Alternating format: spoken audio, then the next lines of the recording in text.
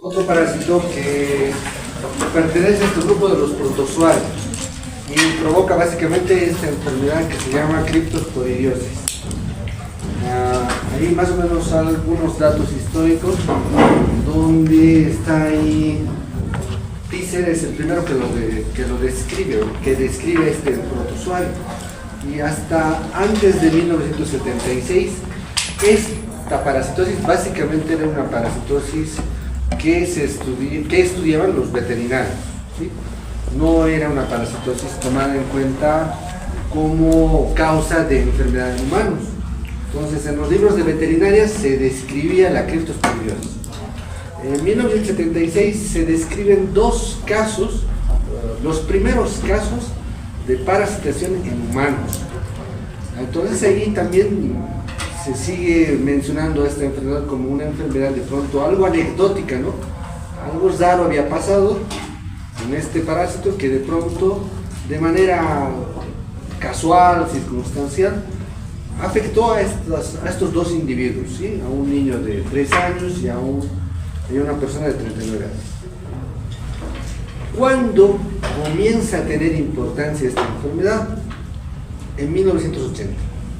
En 1980 existe un brote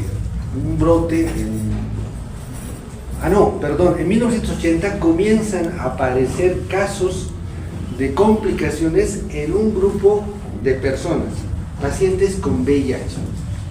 Sí, también ahí ya como que dicen, esta enfermedad ha aparecido en 2 casos de personas con inmunidad normal, pero estamos viendo de que puede afectar de manera más grave a los pacientes con VIH. Se vuelve mucho más relevante y ahí empiezan a darle importancia a esta parasitosis en 1993, cuando en este condado de Milwaukee se detecta un brote de criptosporidiosis en 400,000 afectados, ¿sí? De estos 400,000 afectados, 50 mueren. Pero estos 50 que mueren tenían una característica: eran pacientes con VIH, es decir, que tenían SIDA. A partir de ahí, entonces se comienza a describir a la enfermedad como que era una enfermedad que podía afectar tanto a animales como a humanos. Pero cuando afectaba a humanos era muy grave en pacientes que tenían inmunodepresión, porque en este grupo de pacientes podía causar la muerte de estos individuos. Una característica: este parásito pertenece al filum Apicomplexa. Y van a ver que los Apicomplexas son varias especies. Nosotros vamos a estudiar básicamente 3 especies, así nos vamos a interiorizar en 3 especies.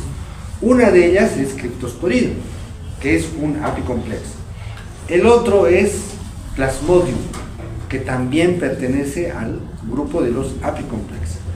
Y el otro es Toxoplasmosis, Toxoplasma gondii. Entonces, estos 3, bueno, ahí hay otros más, Isospora, Sarcocistis, que son apicomplexas, pero nosotros básicamente estudiamos a estos 3: Cryptosporidium, Plasmodium y Toxoplasma. Entonces, tienen una particularidad y es su complejo apical. Entonces, eso van a ustedes ir profundizando qué es el complejo apical y cómo el complejo apical le permite adherirse a la célula y luego invadir a la célula. Entonces tiene una serie de componentes el complejo apical que permite hacer eso. Ahora, ahí están remarcadas las 2 especies que tienen relevancia en la parasitación en humanos: Hominis y el otro que se llama Parvo. Entonces, Hominis es una especie que frecuentemente está circulando entre hombres, y Parvo es una especie que puede estar tanto en humanos como en animales. Ahora, están ahí las otras especies, Canis, Felis, pero que también tienen una característica: no tienen alta especificidad de especies. Es decir, que si bien se ha encontrado en su mayoría el Cryptosporidium canis que había mayor cantidad de estos en perros o en gatos, estos cuando están en el humano también pueden causar la patología correspondiente. Hay una situación muy particular en esto. Como pueden ver, estos son ooquistes. Pero cuando ven los ooquistes, ¿notan alguna diferencia entre los de arriba, los de abajo, los de la derecha, los de la izquierda? Ninguna, ¿no? Es decir, parecen todos iguales. Entonces, no hay posibilidades de hacer un diagnóstico diferencial cuando se identifican los ooquistes de criptosporida.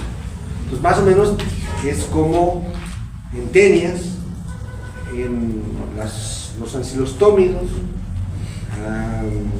que cuando observemos estos vamos a poner ooquistes de Cryptosporidium sp, ¿no? Porque no podemos lograr precisar la especie porque morfológicamente son completamente similares. Ahí está nuestro ooquiste, y vean cómo esta flechita de acá, vamos a poner aquí un puntero, ¿no? Aquí hay una flechita. El ooquiste tiene una pequeña ranura y de esa pequeña ranura van a salir los esporozoitos. Entonces no es que se fragmenta el ooquiste, sino de ahí se abre y salen los esporozoitos. Ahí están saliendo unos 2 esporozoitos. Y estas son las formas biológicas. Entonces, siempre pensar en la lógica de, ¿se acuerdan, no? Cuando hemos estudiado teniosis, tenia adulta, la tenia adulta da origen a huevos, el huevo origen da origen a oncósfera, y de la oncósfera da origen a larva, y la larva da origen a un adulto. Ese es el ciclo biológico que siempre se va a repetir, la secuencia de formas biológicas. Lo mismo, estas son las etapas que siempre van a seguir, es el orden que van a seguir. No puede saltar de merozoitos y directamente pasarse a un ooquiste, ¿sí? Entonces empezamos con las 2 formas biológicas que hay, ¿ya? A ver, empezaremos por aquí. Cuando salen con las heces fecales van a salir los ooquistes de pared gruesa, ¿sí? En las heces fecales tenemos ooquistes de pared gruesa. Entonces la forma infectante va a ser ooquistes de pared gruesa. Cuando sean ingeridos los ooquistes de pared gruesa, van a liberar esporozoitos. Estos esporozoitos se van a transformar en trofozoitos.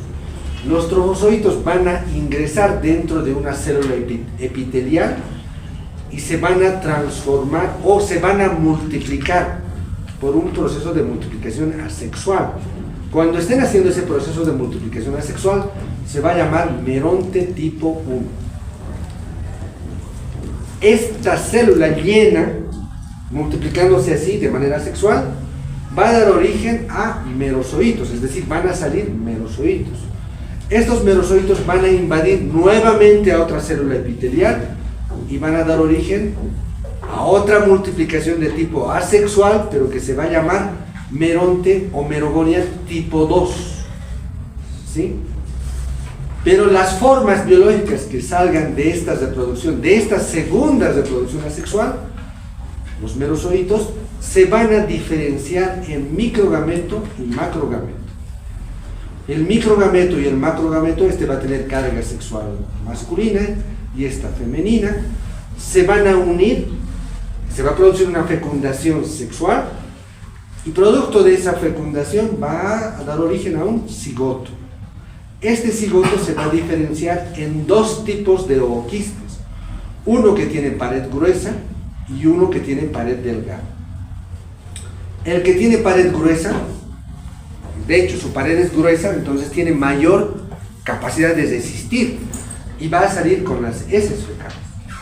En cambio, el que tenga pared delgada se va a quedar en el mismo intestino delgado y a partir de esa pared delgada van a emerger los esporozoitos. Entonces, ¿qué significa esto? Si no va a salir el ooquiste de pared delgada, va a haber un ciclo autoxeno. Y si va a haber un ciclo autoxeno, va a haber un mecanismo de autoinfección interna, porque no está saliendo al exterior. Entonces es mecanismo de autoinfección interna. En cambio, este sí va a salir a la tierra, va a caer en la tierra, pero también se puede quedar en la región perianal. Si cae a la tierra, va a haber un mecanismo de heteroinfección. Si se queda en la región perianal, por el contacto mano-boca, va a haber autoinfección externa. Entonces vean cómo los mecanismos van a estar relacionados con las formas biológicas, ¿sí? Autoinfección interna o quiste de pared delgada, autoinfección externa y heteroinfección o quistes de pared gruesa. De pronto han comprendido todo esto, ¿verdad? Esta secuencia.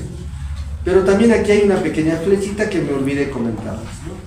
Estos merontes tipo 1 que dan origen a merozoitos tienen dos posibilidades: o vuelven a invadir a las células epiteliales y otra vez repiten este meronte tipo 1, o se entran a otras células epiteliales, pero las formas que salgan van a dar origen a microgameto y a macrogameto.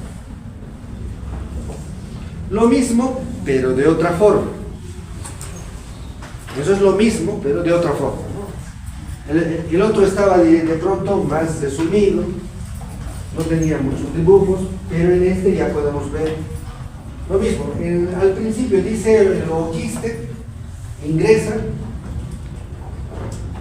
de pronto, a ver, el ooquiste ingresado, indistintamente que sea de pared gruesa o de pared delgada, está describiendo que hay un ooquiste, ¿sí? Y este ooquiste está liberando esporozoitos, ¿no? Está liberando esporozoitos que están saliendo de aquí. Este es el ooquiste ingerido, está saliendo los esporozoitos, y los esporozoitos están ingresando a la célula epitelial, ¿sí? Ahora, vean cómo este esquema está tratando de explicar que este parásito es más pequeño que la célula epitelial, ¿sí? Ha ingresado como esporozoito, se ha transformado en trofozoito, y vean que después, lo que hemos dicho, ¿no? Se ha vuelto un meronte tipo 1, y este meronte tipo 1, los merozoitos que ha liberado, ha tenido dos opciones: otra vez entrar a la célula epitelial y volver a repetir esa merogonia, y la otra opción es, como meronte tipo 2, las formas que emergen ya son masculino, femenino, microgameto y macrogameto, se juntan y forman los ooquistes, ¿no? Lo bajaré esto un poco, ¿no?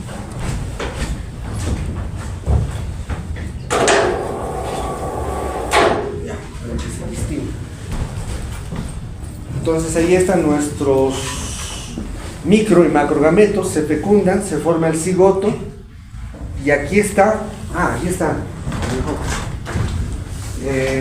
los dos tipos de ooquistes, de pared gruesa, de pared delgada, y vean que este ooquiste de pared delgada, lo mismo, ha producido la liberación de los esporozoitos y directamente ya están entrando y haciendo el ciclo autoxeno, ¿no? En cambio el otro ha salido al medio externo y ahí ha terminado de enquistarse y está siendo ingerido como ooquiste, ¿no? ¿Se entiende, verdad? ¿Se ha comprendido? ¿Alguna duda? La cosa es comprender el ciclo biológico, ¿no? Y a partir de ahí empieza todo. Ahora, esto me olvidaba decirles. Estas son las velocidades intestinales, ¿no? Y estas son las microvelocidades. Esto que está acá, grande, corresponde a esto, a esta pequeña porción, ¿sí? Es aquí donde se está dando este fenómeno, este proceso. Entonces vean que el esporozoito no ha ocupado toda la célula epitelial, sino se vuelve a picar, es decir, no está en esta parte, en la parte basal, sino está aquí, ¿no? Aquí en medio de las velocidades, ¿no? De las microvelocidades. Ahora, vean que también acá tiene una vacuola. Es decir, cuando el parásito, el complejo apical, comienza a presionar, lo que hace es más o menos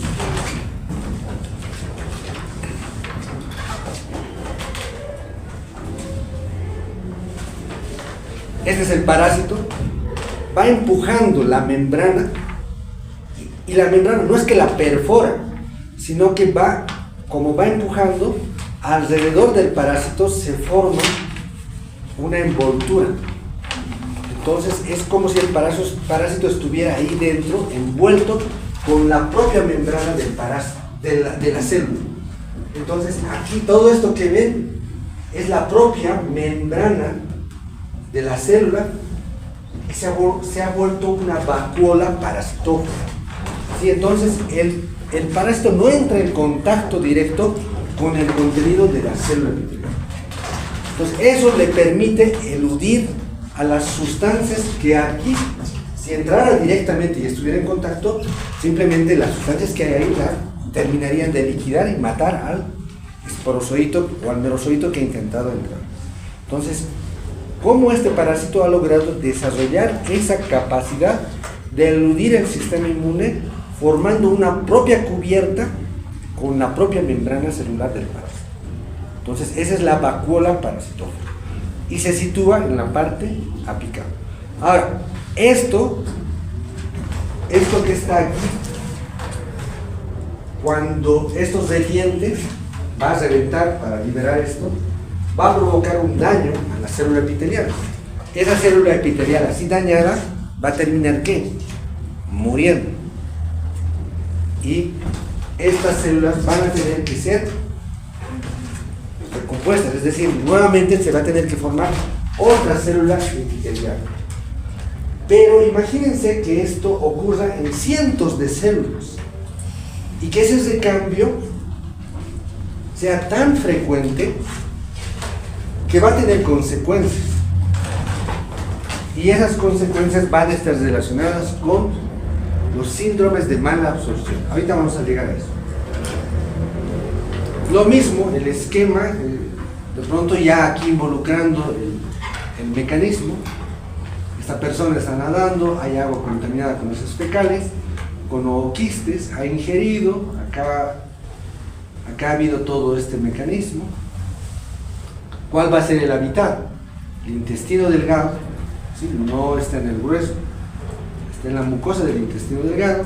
Ya saben, el intestino delgado es importante porque ahí se va a dar ¿qué? La absorción de los nutrientes. Entonces, si se va a dar la absorción de nutrientes, para que esto ocurra y para que exista realmente absorción de nutrientes, las células epiteliales tienen que estar en buen estado. Pero estamos viendo que van a estar dañadas. Entonces la absorción va a estar limitada.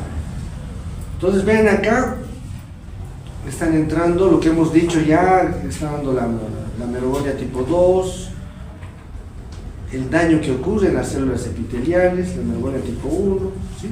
Esto no les voy a repetir porque es lo mismo, ya es más fácil de comprender esto porque es lo mismo que los otros esquemas, ¿no?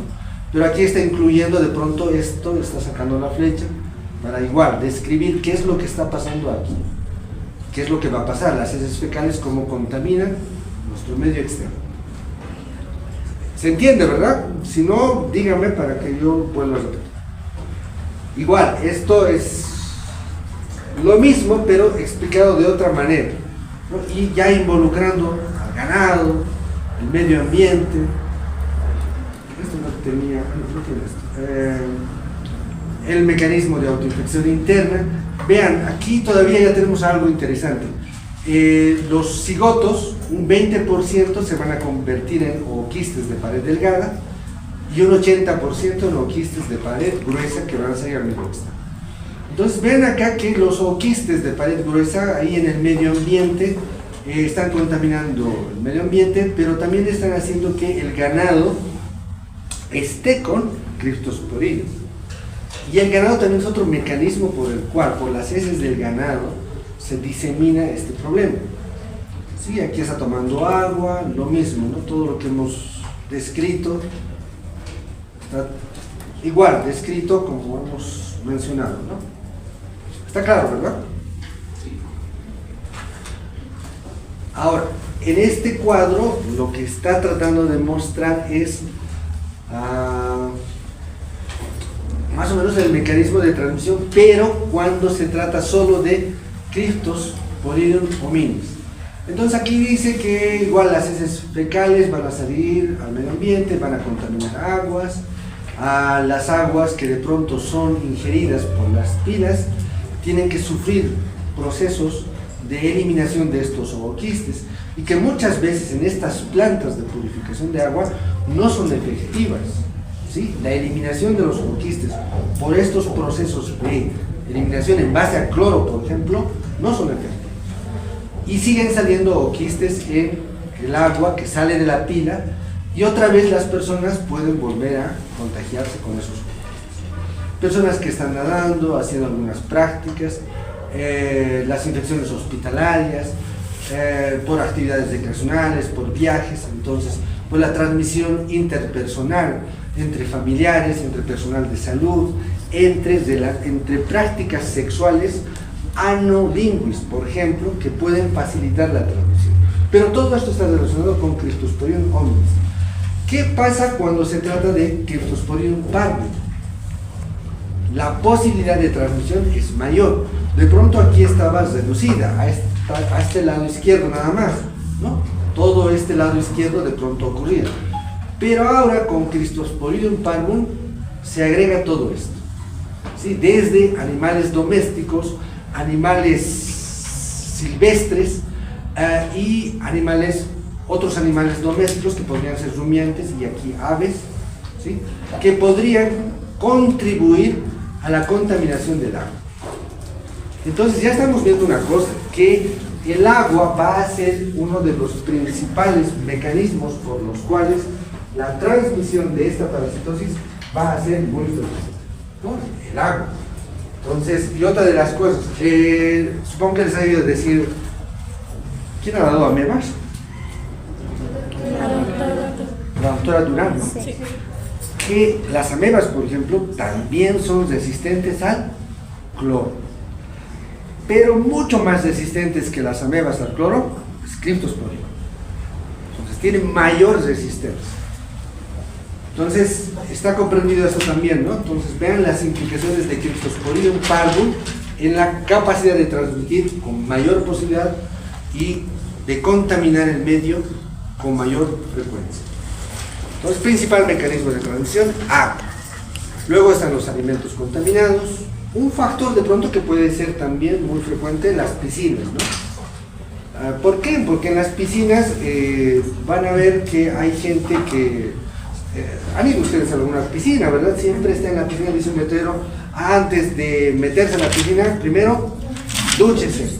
¿Por qué? Porque pueden haber restos de heces fecales en la región perianal. Tendrían que salirse esas heces fecales y la persona recién entrada a la piscina. ¿Qué pasa si no hace eso? La piscina está contaminada con heces y con ooquistes. Y puede haber transmisión de Cryptosporidium. Reservorios vamos a ser los humanos y los animales. El periodo prepatencia significa desde que ingresa el ooquiste hasta que podemos encontrar en las heces fecales los ooquistes de pared gruesa. Pueden ocurrir fácilmente 4 a 22 días. El periodo de incubación tiene que ver desde el ingreso de la forma infectante hasta que existen manifestaciones clínicas, que esto puede ser muy variado, puede ser 12 días hasta incluso pasar meses para que existan manifestaciones clínicas.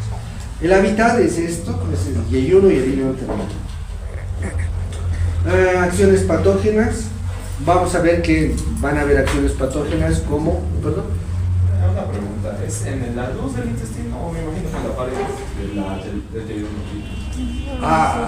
Pero hemos visto, aquí ya no son parásitos luminales, son parásitos tisulares y son parásitos más, ¿qué más todavía? Intracelulares. Ahora, esto de intracelular es decir, y van a ver en las hojas, en los textos, dice intracelular extracitoplasmático, ¿sí? Esa es la característica. Entonces, no son como en tamoeba histolítica. En tamoeba histolítica, la mayoría de los trombocitos que son luminales. Solo los que son agresivos, los patógenos, tampoco se entran a la célula, sino destruyen a la célula. En cambio, estos sí entran a la célula, ¿no? Entonces tienen otra característica. Ahora, aquí en las acciones patógenas hemos visto que entra a la célula. El ingreso dentro de la célula provoca alteraciones. Ustedes recuerden que la célula tiene esas bombas de sodio-potasio, que entra sodio, entra moléculas de potasio. Entonces, cuando estos parásitos están ahí dentro de la célula, van a ir provocando esta serie de alteraciones. Va a haber un proceso inflamatorio, van a secretar enterotoxinas. Eso han debido llevar en microbiología. Las enterotoxinas alteran igual, es decir, el funcionamiento de la célula. Por eso es que se producen cuadros de diarrea. ¿Cuál es el que secreta enterotoxinas y te provoca un cuadro agudo de diarrea que te puede llevar a la muerte? Pues la bacteria. Que no hay, ya son casos aislados que se diagnostican. Hace años, en 1980, creo que hubo un brote aquí en La Paz, en Perú. En Perú hizo problemas. No es una. Bueno, puede estar asociado a los pescados, pero ¿qué se llama? No, Vibrio cólera. El cólera, por ejemplo, la gente por las enterotoxinas se moría. Es decir, son tan agresivas las enterotoxinas que no te da tiempo ni de correr al baño. Pues, ¿qué pasaba con estos pacientes? Se hacían en la cama sus necesidades, una tras otra de posición, hasta que terminaban deshidratándose, muriéndose. Pues para evitar que corra al baño, ¿qué han hecho con las camas? Pues le abrían un hueco le abrían, porque para que el paciente va como pato, empiece a botar las heces fecales, ¿no? Entonces, este parásito también tiene enterotoxinas, y si tiene enterotoxinas, una de las principales manifestaciones va a ser la diarrea. Lisis de enterocitos, ya hemos visto esas alteraciones, terminan matando a las células epiteliales. Y esa alteración de las células epiteliales ocasiona todo esto en las células epiteliales. Hiperplasia de las criptas, hemos visto en el primer esquema, hipotrofia y atrofia de las velocidades, es decir, hay un recambio permanente, no cumplen su función y estas terminan teniendo esta condición.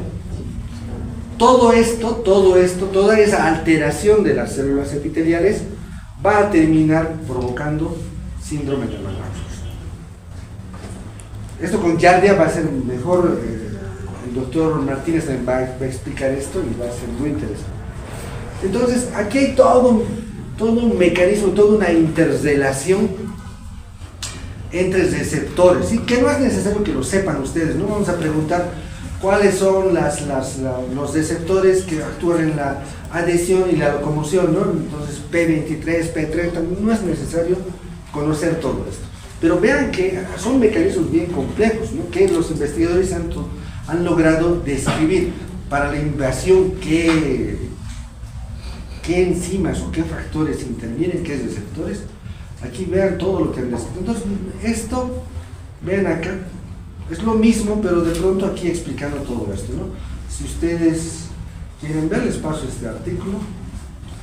Acá lo mismo, más o menos ahí, describiendo cuáles son los mecanismos que hay, ¿no? Cómo se liberan los factores de necrosis. Aquí tal vez lo interesante es esto, la apoptosis. La apoptosis es un fenómeno que ocurre en las células. Es decir, cuando entra un parásito dentro de la célula y lo invade, se activa un mecanismo que es la muerte celular, ¿sí? Entonces, estas células, en cuanto son... Pero este parásito tiene la capacidad de frenar la muerte celular y la puede frenar por varios días. ¿Y esto qué le permite al parásito? ¿Por qué frena esto? Porque si en cuanto entra este esporozoito acá y se muere la célula, no da tiempo para que se multiplique, no da tiempo para que haya los merontes tipo 1 y merontes tipo 2. Entonces se cortaría fácilmente el ciclo de transmisión. Pero como detiene la muerte celular, da tiempo a que exista la merogonia tipo 1, ocurre la merogonia tipo 1 y de 100 se muere la célula. Y lo mismo, ocurre la merogonia 2 y de 100 se muere la célula. Pero ya ha permitido que se multiplique el parásito y invada otra nueva célula, ¿no? Entonces, son fenómenos interesantes que ocurren. Ahora, si uno saca una fotografía con un microscopio electrónico, este es el aspecto de las células epiteliales, ¿no? Es decir, ahí parecen, ¿qué parecen? Parecen un montón de sandías ahí que están ahí emergiendo, ¿no? O repollos ya. Entonces, y vean ahí los cráteres que dejan, ¿no? Cuando se revientan, y bueno, esta célula termina muriendo. Entonces ahí vean, esta es una biopsia, ¿sí? Ahí están haciendo un corte, cómo se vería la célula epitelial, un esquema de cómo más o menos igual se ve, lo que hemos dicho, la vacuola parasitófora que está envolviendo, ha logrado entrar dentro de la célula, pero no está en contacto directo con la célula, está envuelto con esta membrana, por eso es intracelular, pero extracitoplasmático. Ahora, la clínica se divide en dos grupos, porque no es lo mismo. Entonces, los dos grupos son los inmunocompetentes y los inmunodeprimidos, o los inmunodeprimidos. También hay unas diferencias, ¿no? Los inmunodeprimidos también son aquellos que con una enfermedad natural, de pronto de VIH, el sistema inmune se inmunodeprime. Pero también están los inmunosuprimidos, ¿no? Que con un corticoide nosotros suprimimos la inmunidad. Pero aquí lo hemos dividido en dos, ¿no? Los inmunocompetentes, que tendríamos que ser todos nosotros. Nuestro sistema inmune está bien, somos inmunocompetentes. Entonces la enfermedad se va a manifestar en estos dos grupos. En los inmunocompetentes va a haber todo esto, ¿sí? Diarrea de causa O. Es la tercera causa de diarrea. ¿Por qué está puesto ahí tercera causa de diarrea? Porque esta semana, por ejemplo, estamos viendo disentería. ¿Cuál es la principal causa de disentería? No, ya los de mi grupo no están. ¿Cuál es la principal causa de disentería? Bacteriana. Es decir, cuando nosotros vemos un cuadro de disentería, lo primero que tenemos que pensar es, principal causa, diarrea bacteriana, disentería bacteriana, ¿sí? Acá, la diarrea provocada por Cryptosporidium no es la principal causa de diarrea, es la tercera causa. Entonces, ¿cuál es la principal causa de diarrea? No, pues, ¿cuál es la principal causa de diarrea? Es viral, rotavirus. Segunda causa de diarrea, bacteriana. Tercera causa de diarrea, Cryptosporidium. Ahora, ahí se disputa entre Cryptosporidium y Giardia, porque Giardia no provoca disentería, pero sí provoca diarrea, ¿sí? Entonces, estaría la cuarta causa, Giardia recién, pero vamos a ver ahorita, vamos a seguir hablando. Entonces es una diarrea acuosa, ahí está de pronto de 3 a 10 evacuaciones diarias, pero puede tener más. Cualquier diarrea te provoca, ¿qué? Deshidratación. Entonces todo esto puede ser acompañado por dolor abdominal, náuseas, vómitos, flatulencia, fiebre. ¿Flatulencia qué es? Gases, distensión por gases. Anorexia, dolor de cabeza, dura 2 semanas y durante este tiempo eliminan quistes. Y aquí hay una cosa muy interesante, que esta parasitosis en los inmunocompetentes es autolimitada, es decir, que no requiere tratamiento antiparasitario y que el propio organismo, o en las 2 semanas o antes de las 2 semanas, puede terminar de eliminar a los parásitos y controlar las manifestaciones clínicas. Pero esto solamente ocurre en los inmunocompetentes. Factores que influyen en la enfermedad: edad, es decir, niños, o el otro extremo, ancianos, por la mala higiene de pronto pueden contraer esta enfermedad. Competencia inmunológica, es decir, lo que hemos dicho, inmunocompetencia, inmunodeprimidos, que esté asociado a otros patógenos, que de pronto haya otro problema ahí que esté contribuyendo a que el cuadro sea mucho más evidente. Especie involucrada, se habla de que algunas especies son mucho más agresivas que otras, y la dosis infectiva, ¿no? Es decir, la cantidad de quistes que se han ingerido, que de pronto si es una gran cantidad los cuadros pueden ser mucho más agudos. Esto sigue siendo en inmunocompetentes, y más o menos esto es lo que pasó con ese brote del Milwaukee. Entonces ahí dice lo que hemos dicho a un principio, ¿no? Entre la ingesta del ooquiste y los primeros síntomas clínicos, que sería el periodo de incubación, el periodo intrínseco, que estaría entre 7 y 10 días, en el principio dijimos 7 y 12 días, la duración de la diarrea en personas sanas, que en inmunocompetentes, que estaba entre 2 y 26 días, ¿no? Es decir, es el tiempo que duraba la diarrea, llegando incluso en algunos hasta 90 días. Vean qué tan largo ha sido en inmunocompetentes, ¿no? Pero que de pronto en estos de 90 días tampoco ha sido tan intenso, pero sí ha habido diarrea, que ha ido disminuyendo poco a poco. Duración media de la enfermedad, ahí vean, el intervalo ha sido entre, la media ha sido 9 días, y el intervalo ha sido entre 1, que de pronto ha sido el periodo más corto, y el periodo más largo, 55 días. Las deposiciones fue 12, entre 1 y 90, y los cuadros graves pudieron excretar hasta 12 a 17 litros día, ¿no? Fiebre, se acompañó de febrícula, ¿no? Entonces no es una fiebre intensa. ¿Qué es lo que pasa con los pacientes con diarrea, los pacientes que están inmunodeprimidos, los pacientes con VIH, HPLV, diarrea crónica, fétida, profusa, deposiciones de 6 a 25 por día? Entonces, imagínense cómo de fácil se puede deshidratar una persona por diarrea, ¿no? Imagínense tener 20 deposiciones al día, o 10, dolor difuso tipo cólico, varios meses de diarrea acuosa, severa deshidratación, refractaria a cualquier antimicrobiano, o obviamente cualquier antibacteriano que le demos no va a servir para nada. Pérdida acentuada de peso, ¿no? Nosotros somos más agua que otra cosa, ¿no? Entonces perder líquidos nos hace perder peso, y puede haber una mortalidad elevada. Pero la gravedad en los pacientes con VIH depende básicamente de esto. Esto es la clave, ¿sí?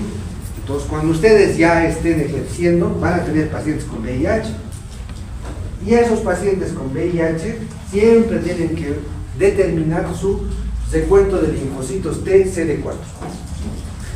Eso es clave. Entonces, puede tener VIH y puede estar años con VIH sin llegar al SIDA, porque el SIDA ya es la enfermedad. Se lo diagnostica con VIH y está infectado con VIH, pero no está desarrollando enfermedad. Pasa la enfermedad y ahí ya se denomina SIDA. ¿De qué depende todo esto? Del sistema inmune. Entonces, ¿qué es lo que dice esto? Cuando los linfocitos TCD4 son mayores a 200 células por milímetro cúbico, esto es mayor, ¿no? Si le ponen un palito, la clave es le ponen un palito y se vuelve 7. Entonces eso significa mayor a 200. Si a este le ponen un palito, se vuelve 4. Entonces menor a 100, menor a 50. No es para acordarse.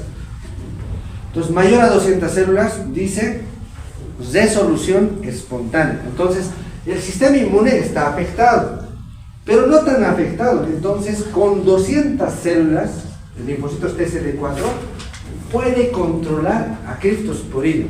Entonces puede haber una resolución espontánea. Se puede resolver sin medicación. Pero si la concentración de linfocitos TCD4 son menores a 100, la diarrea puede ser crónica, es decir, puede estar por periodos largos, 2 meses, 3 meses, un año, Hoy tiene diarrea, mañana no, pasado sí tiene 2 días de diarrea, después entra en normalidad, otra vez diarrea, otra vez. Entonces, crónicamente. ¿Y qué es lo grave? Puede desarrollar cuadros extraintestinales, es decir, el parásito de solamente afectar el intestino ahora puede pasar a afectar otros órganos, generalmente vesícula, páncreas y pulmones, ¿sí? Puede ser extraintestinales. Vean que esto está en relación a 100. Pero si está menos de 50, ya el sistema inmune está hecho tiras, puede desarrollar cuadros fulminantes que los van a llevar a la muerte. Desde los propios extraintestinales hasta los cuadros intensos de diarrea que no se controlan con nada y ese paciente se muere, ¿no? Cuadros fulminantes. ¿Está comprendido, verdad? Extraintestinales, ahí está todo esto. Todos los lugares donde puede estar, las complicaciones. Bueno, no están las complicaciones, pero ya esto ya son complicaciones, ¿no? Que estén en otros lugares, ya son complicaciones. El diagnóstico. El diagnóstico no es sencillo, es muy complejo. Bueno, es algo complejo de realizar, pero tampoco es tan complejo como las amebas, ¿sí? Primero, un coproparasitológico, lo más recomendado es la técnica de Schetter, ¿sí? Si es Schetter, esta técnica es con... ¿Cuál es la característica de Schetter? Que es una técnica que se basa, ¿cuál es el fundamento? Concentración por saturación, por aumento de la densidad. Se hace con azúcar. Entonces se aumenta la densidad del agua con azúcar y lo que se hace es que los parásitos estén flotando. Se pone un cubreobjeto ahí o un portaobjeto y ese menisco que se forma se levanta. Pero no es suficiente con la técnica de Schetter. Hemos visto que la primera imagen donde aparecían los ooquistes, todos eran de un color. ¿Qué color era la primera imagen? Plomo, ¿no? Ya un negro clarito, ya, plomo. No se pueden teñir, no se pueden ver fácilmente.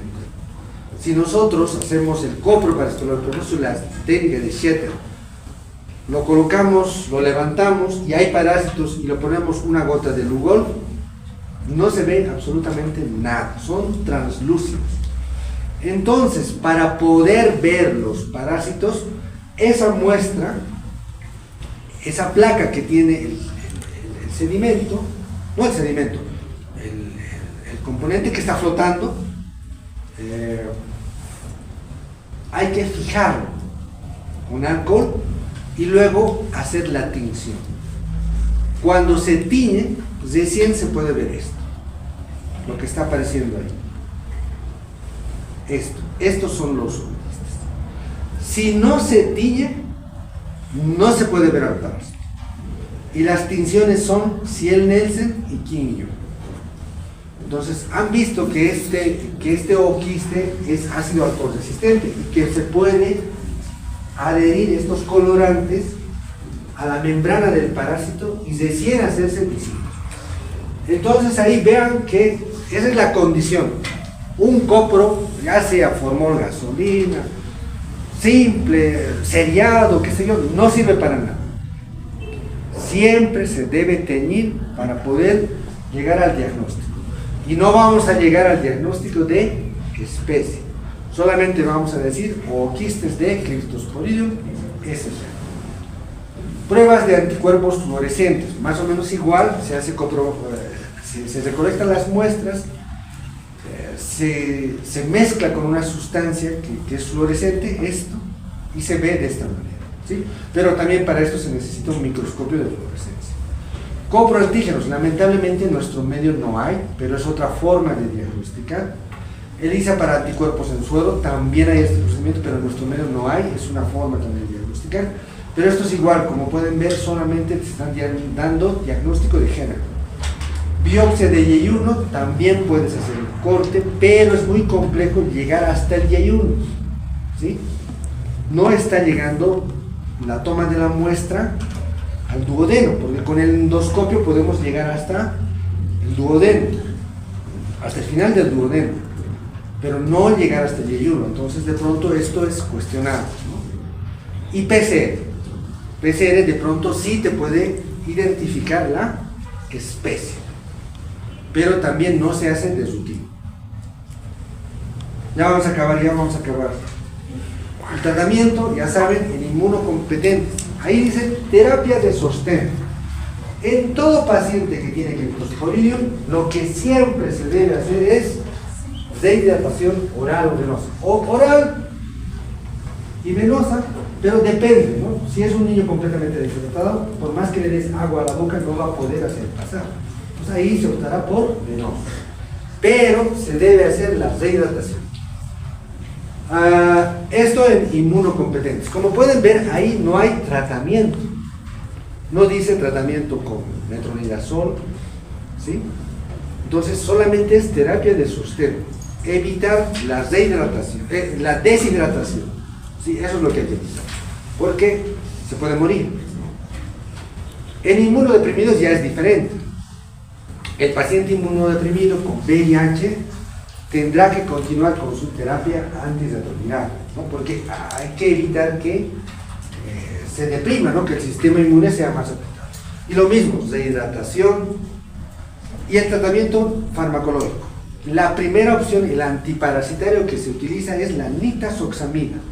De pronto este es un antiparasitario de amplio espectro, que utilizan generalmente para todo, helmintos, protozoos, pero nosotros básicamente utilizamos para esta parasitosis. Segundas opciones son estos otros dos, que son antibióticos. Antidiarreicos es en la única enfermedad que se utiliza y que se recomienda el uso de antidiarreicos. Normalmente en nosotros, que por ejemplo cuando tengamos algún cuadro diarreico o en niños, nunca se recomienda el uso de antidiarreicos. ¿Por qué? Porque la diarrea es un mecanismo de defensa. Lo que está tratando de hacer es eliminar las bacterias, es decir, acelera el peristaltismo para que esas bacterias, para esa carga de bacterias, salgan. Imagínense nosotros darles antidiarreicos, hacemos mal, ¿no? Entonces, solamente en esta situación se recomienda antidiarreicos. Inmunomoduladores, y esto es para fortalecer el sistema inmune. Factores de riesgo son todos estos, ¿sí? Cambio de pañales, desnutrición, trasplante, contacto con animales. Han visto que la transmisión puede ocurrir por las heces de los animales, consumo de leche no pasteurizado. ¿Cómo es que ocurre? No es que en la leche están los quistes. ¿Han visto alguna vez ordeñar? Hacen esto, ¿no? Pues ¿qué es lo que pasa? Muchas veces las personas que hacen esto no se lavan adecuadamente las manos. Como están ahí en el campo, entran, alzan el balde, alzan las cosas, y su mano se contamina con esos fecales, ya sea de la vaca o de ellos mismos. Como tiene oquistes, agarran el pezón, se llama, ¿no? Pezón, y comienzan a hacer esto. Y al hacer esto, su mano que está con oquistes contamina la leche. Entonces, toda la leche, o toda leche que vayamos a ingerir, tiene que ser hervida, ¿no? Debe ser hervida. Si no, tenemos el problema de criptosporidium. Este es el único trabajo que se ha hecho sobre criptosporidium. Es uno de los trabajos, miren, del 98. Aquí en este trabajo participó el doctor Aguirre y el doctor Ángeles, también era docente de la cátedra. Y esto fue hecho en el altiplano. Miren, ni siquiera en zona cálida, ¿no? Esta parasitosis es cosmopolita, ¿sí? Está en todas partes. En el altiplano, vean, la prevalencia más alta fue Huacuyani, con 32.1%, Quiripuco 31%, Caleria, Cleopatra. Todas estas son comunidades de batallas, están en batallas. Entonces vean que había una alta prevalencia.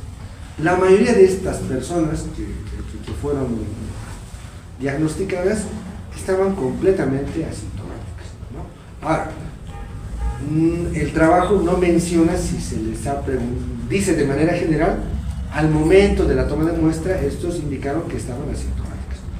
Puede ser que hayan estado en una condición crónica. Entonces, justo ahora, ¿tienes alguna diarrea? No. pero después de 2 días de pronto presentaron cuadros de diarrea. Otros días sanos, otros días con diarrea, crónicamente. Tienen síndrome de mala absorción. Y ya vean, bueno, van a ver con Yardia cómo el síndrome de mala absorción puede contribuir a los procesos de desnutrición crónica. Así son niños mal alimentados que no comen vitaminas, comen poca proteína, más carbohidrato, pero que tienen estos parásitos y contribuyen a que estén desnutridos.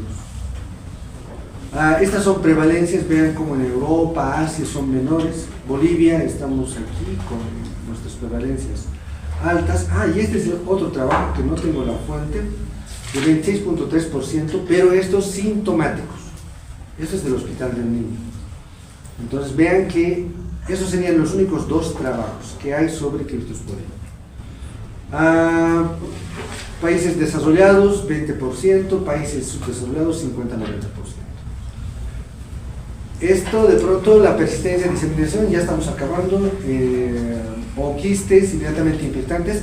Esta es la condición que permite que haya fácil transmisión. O quistes ya son formas infectantes, no requieren tiempos de maduración, como vamos a ver en toxoplasmosis. Bueno, no van a ver conmigo toxoplasmosis, pero los ooquistes de toxoplasma, por ejemplo, no son inmediatamente infectantes. Tiene que pasar por lo menos 7 días para que el ooquiste se vuelva a infectar. En cambio, en este ya son inmediatamente infectantes. Tamaño pequeño. Para que los métodos de manejo y de control del agua sean efectivos, los filtros del agua por lo menos tienen que tener 2 micras para poder detener a los ooquistes. Resistentes a las condiciones del medio, termolábiles a menos de 20, es decir, a menos de 20 de 100 pueden morir por 72 horas que estén expuestos a esa temperatura. A 100 grados Celsius por 2 horas por lo menos para que mueran los ooquistes. Entonces vean que son muy resistentes. Otra cosa más. Aquí está, esto es también interesante. Resistentes al cloro. A las dosis normales de cloro, criptosporina es el que vive más. ¿Sí? No tengo aquí el cuadro, no sé si está aquí el cuadro. Este es el que se transmite más por criptosporina. Hay un cuadro de los mexicanos. Con el cloro se puede matar al criptosporina, pero para matar con cloro tienes que subir a altas dosis. Cuando subes a altas dosis de cloro, simplemente esa agua ya no es bebible, deja de ser bebible. Entonces con cloro no se puede eliminar a criptosporina. Bueno, y están ahí, ¿no?, los que son resistentes al cloro ahí.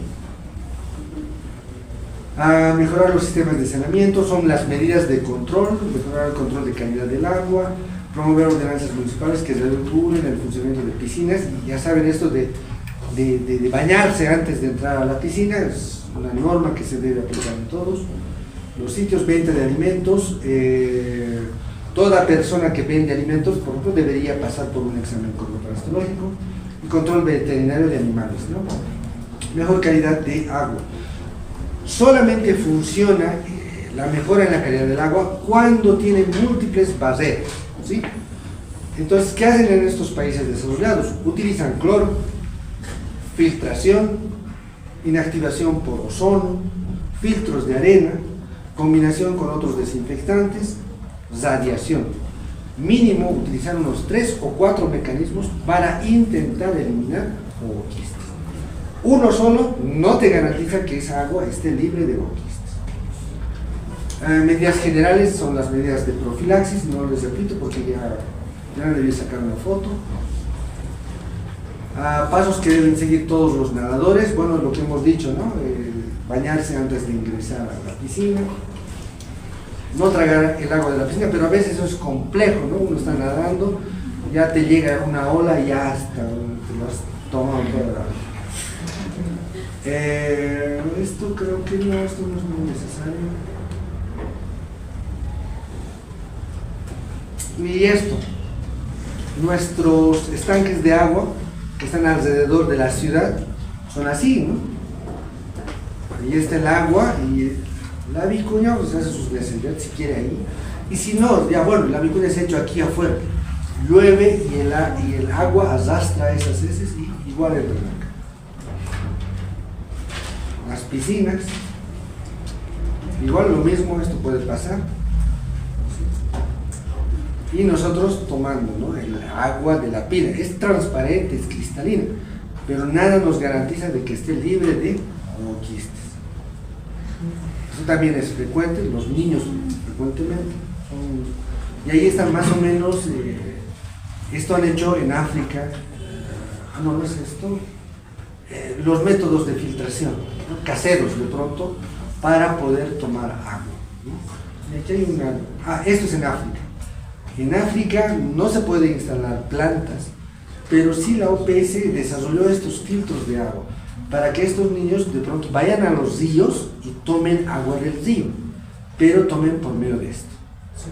Entonces lo metían ahí y comenzaban a aspirar. Entonces esto no solamente eliminaba otis, sino eliminaba otros parásitos y bacterias, ¿no? Actividades de trabajo, ¿no?, que están relacionadas con esto. De pronto puede ser un alcantarillado que ha reventado.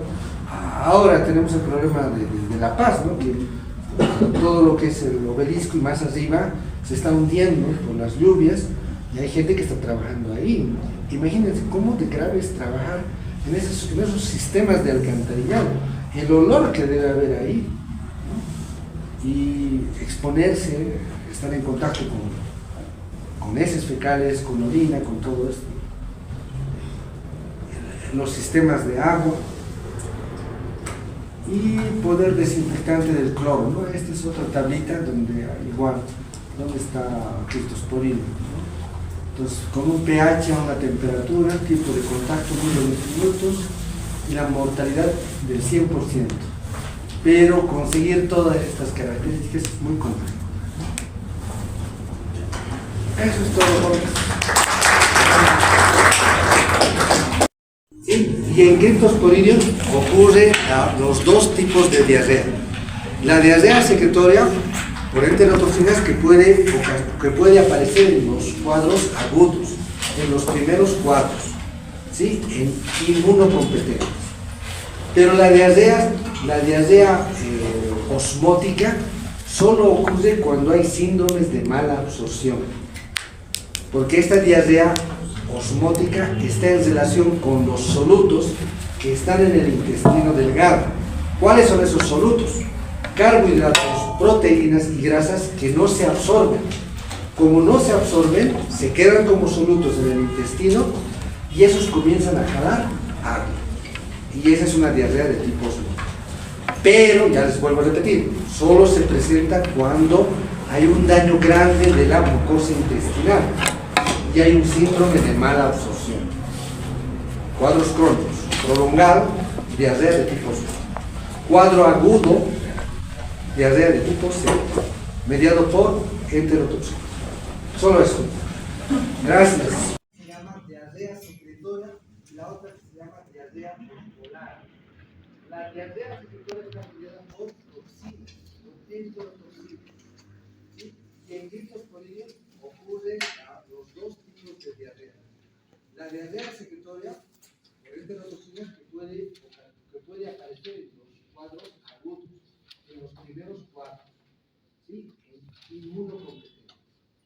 Pero la diarrea osmótica solo ocurre cuando hay síndromes de mala absorción, porque esta diarrea osmótica está en relación con los solutos que están en el intestino delgado. ¿Cuáles son esos solutos? Carbohidratos, proteínas y grasas que no se absorben. Como no se absorben, se quedan como solutos en el intestino y esos comienzan a jalar agua. Y esa es una diarrea de tipo osmótico. Pero, ya les vuelvo a repetir, solo se presenta cuando hay un daño grande de la mucosa intestinal y hay un síndrome de mala absorción. Cuadros crónicos, prolongado, diarrea de tipo C. Cuadro agudo, diarrea de tipo C, mediado por enterotoxina. Solo eso. Gracias.